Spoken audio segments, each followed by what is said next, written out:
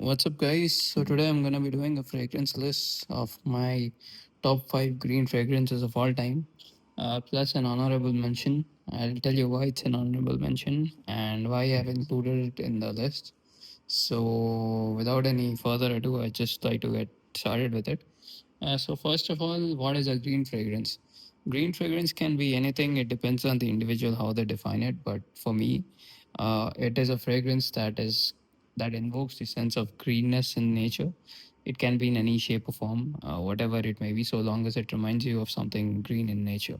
So, keeping that in mind, I've set forth I mean, list of top 5 green fragrances that I own and I've tried.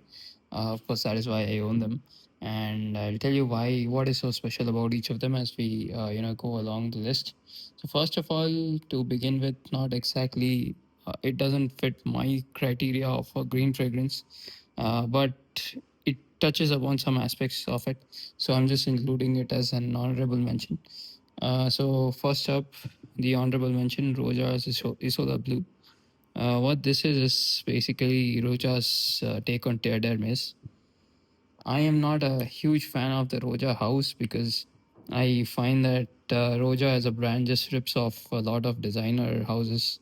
Just my opinion. And their DNA is very similar to a lot of designer fragrances. It's just a take on them. So this is a very close fragrance to Terre d'Hermes. However, I think this somewhat qualifies as a green fragrance because it's not it's a bit on the fruitier side, but it does invoke on the senses of greenness as it dries down. So what this is basically a younger version of Terre d'Hermes, a more casual Terre d'Hermes, very fruity initially, and once it dries down, it becomes a bit more floral. That is where I feel the greenness comes in. And I think it is better for the outdoors. It's a very uplifting and positive scent and can be worn casually or formally. Doesn't really matter. Smells very up class, smells very expensive. I guess you can tell it is an expensive fragrance, but it's of course very overpriced. Uh, but yeah, it shines in hotter days, and I think it lasts for about 6 to 7, maybe 7.5 hours on my skin with moderate projection. And I think anyone can pull this off, be it a man, woman, teenager, or anything. The barrier to entry for this particular fragrance is just the price. Now, coming to the actual list, keeping this to the side. Oh, yeah, and shout out to the bottle. This is by far the best bottle in my collection. Beautiful Swarovski crystals. I love the teal color as well. So, yeah, just keeping this aside, coming to the actual list. Number 5 on this list is Hubigan's Duke de Vance, I think, Wyverns, whatever this is, Extreme. Uh, this is a very simple, classy, upscale fragrance that is meant for people who are quite reserved and don't look for attention as such. What you'll get with this is a bunch of citruses initially, then lavender and oak moss. The blend on this is sublime and it smells very natural with the. You can tell it uses very high quality ingredients. Hobiga, as you know, is a house, I think French house. It is, I think, the oldest perfumery house. I'm not really sure, but one of the oldest, and they are very famous. In fact, they are the ones who started the trend of Fougeres with the genre of Fougeres with Fougere Royal, and this is again one from the legendary house. So, other than that, it does, give one the it invokes the feelings of Fougeres and Chibres from the past, which you may have smelt your father or grandfather using ages ago, but it does do it in a very modern manner. There's a Duke de Vance, which is not.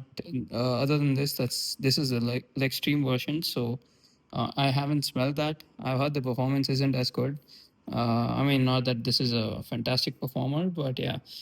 Coming to the performance again, it projects moderately. It leaves a nice sillage, and I think again lasts for about 6 hours. So, as I was saying, it somewhat comes off as something you would smell maybe in a barber shop. like shaving cream, shaving foam, something like that, or maybe perhaps a high-end soap. But it is very good, like in the best way possible. Like if you're trying to smell masculine, come off as a man of authority, man of confidence, stability, strength, things like that. Those qualities can be associated with this fragrance. But I would say anyone from 25, at least at the age of 25, can pull this off. Any younger than that, I think it wouldn't really make sense. But of course, you do you. I think that's about it about Duke Devon's Extreme. Now, coming to the point, the spot number 4, the reason I included a honorable mention. Oh, yeah, another thing about this, the bottle is really cheap plastic, as bad as it may look. And the atomizer is really weird. The cap is this is probably the cheapest feeling bottle I have in my collection. Complete opposite to the Roja. So, yeah, something worth mentioning.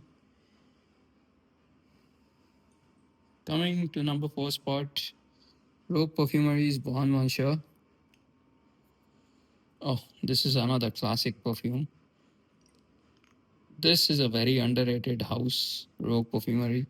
So yeah, the reason I included an honorable mention is that it is again quite similar to Duke Devon's Extreme. You know, like I'd say very very similar. Now coming to the differences between whatever I said for Duke Devon's is applicable equally to Bon Monsieur. Uh, like I said, 25 plus. However, the differences between this and Duke Devon's is that this comes off as more natural, more aromatic in nature. It is very, very green, but as it dries down, it starts to develop floral aspects to it.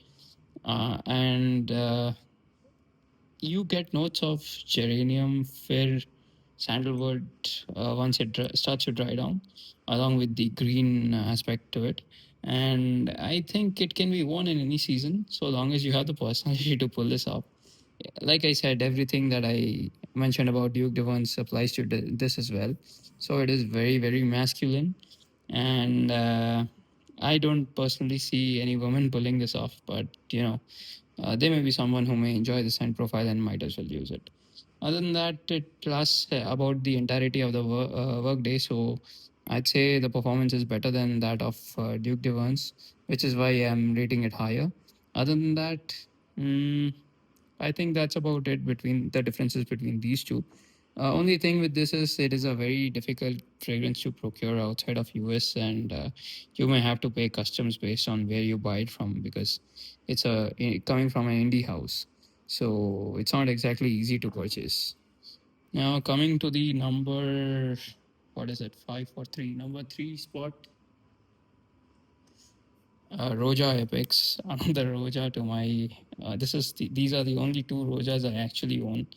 Uh, I purchased them with my own money because I enjoy the scent profiles, and yeah, as you can see with the bottle itself, it's a very dark green bottle. I think the bottle captures what this fragrance is about very well. I really like the bottle as well.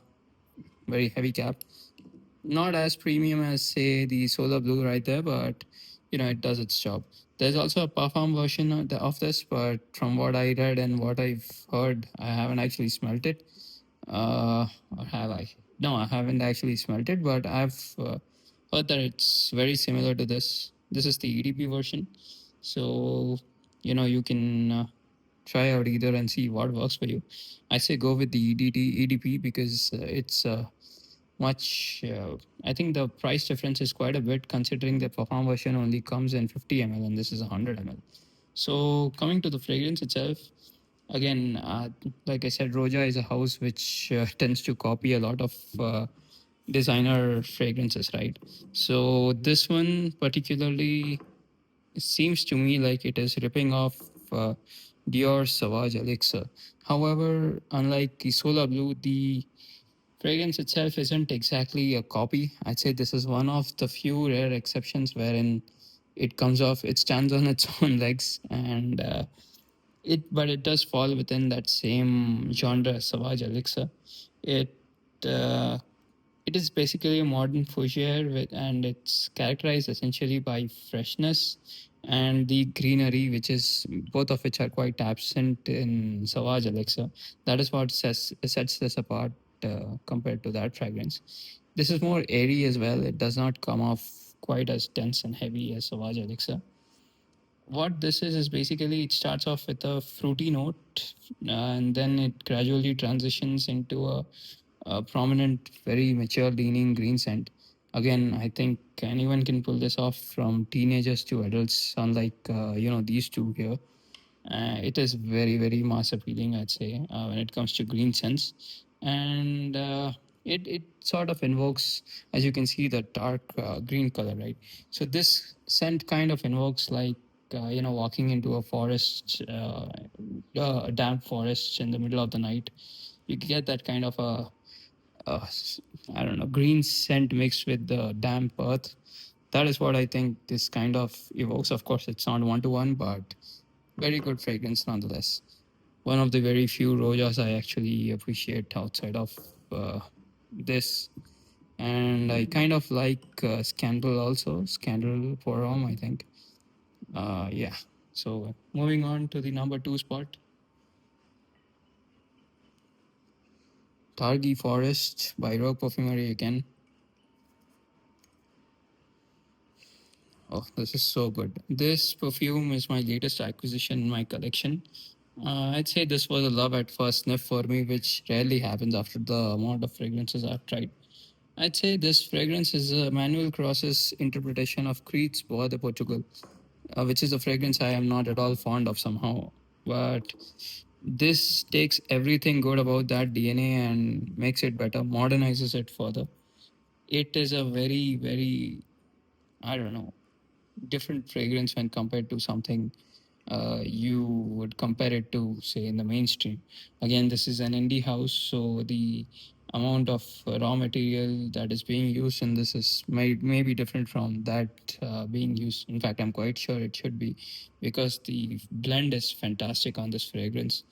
It has several notes such as pine, fir, oak moss, cedarwood, musk, musk, and a hint of amber, which is present in this fragrance. However, I think that this fragrance is a classic example of something that is more than the sum of its parts. The notes come together very harmoniously, and it comes off in a way wherein you can't really tell apart the notes. It's just a very, very green fragrance, and it's something that will surprise you considering the amount of similarities that you get in the fragrances which are produced for the mass market these days. Again, coming back to the Boa de Portugal comparison, I think personally I feel that Creed's Boa de Portugal comes off somewhat dated and very dry and masculine. I think this somehow comes off more lush, and it is essentially a pine fragrance. This is what you would expect going into a pine forest, and a pine forest after a good amount of rain. So that is where the lushness comes in. After it dries down a bit, the scent profile more or less remains the same. However, there's a camphorous quality to it that comes as the lushness reduces and as it dries down.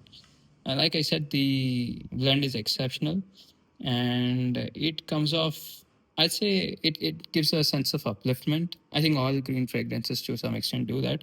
And I think it comes off very majestic. That is the word that comes off when you think about Targi Forest.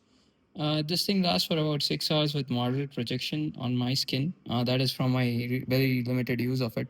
As I said, this is one of my most recent purchases. But yeah, it's definitely worth a shot, and one of the best green fragrances I've tried.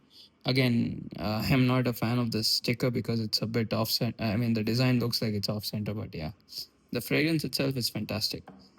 Uh, Coming to the number one spot, some may say that it's a bit of a cop out, but it's really a legend in itself. And once you see it, it'll make sense. Creed's Green Irish Tweed, of course. This is such a good fragrance. Very ozonic in the opening. Violet leaf. It's a timeless fragrance that just anyone can pull off. I think even women, teenagers, anyone. This fragrance is a legend in and of itself, and it's absolutely timeless. This was a classic when it came out, I think, in 1984. Correct me if I'm wrong. I'm not really looking up the facts, but yeah, somewhere around that time. It's still a timeless fragrance. You can use it with a casual polo. You can use it with a button-up shirt, whatever it may be. It the moment you spray this on, it smells exactly like freshly cut grass, and supposedly what the Irish countryside smells like. It's just very uplifting. As I said, that is a quality which is similar to, I mean, common across most green fragrances. But this thing just comes off very, very natural. Dare I say more so than any of the ones here. This is a fragrance which is very close to my heart. Uh, it's something you can wear to, perhaps when going to meet your in-laws for the first time or something like that. This is something which won't offend anyone. And once the fragrance dries down, I think it has a bit of a musky quality to it under the scent profile, but the notes blend together perfectly. And unlike other Creed fragrances, there isn't a huge talk of, reformulation, nerfing the fragrance as such. Uh, Everything about this fragrance just smells top shelf. There's nothing I can say about this that hasn't been said yet. It's one of the most versatile fragrance you can own. One of the most versatile fragrances you can use summer, fall, autumn, anytime. And again, it smells absolutely natural. I really can't emphasize it enough. Everything about it is top shelf. Uh, I get personally all day performance out of it with moderate projection, and it comes in my top five fragrances of all time. That's about it. I think that's my list for the top five, green fragrances of all time. Hope you liked the list. Hope you found it useful, and let me know if you've tried any of these. If there's anything you want to know, please drop a comment below. Thank you for watching. Like and subscribe. Peace out.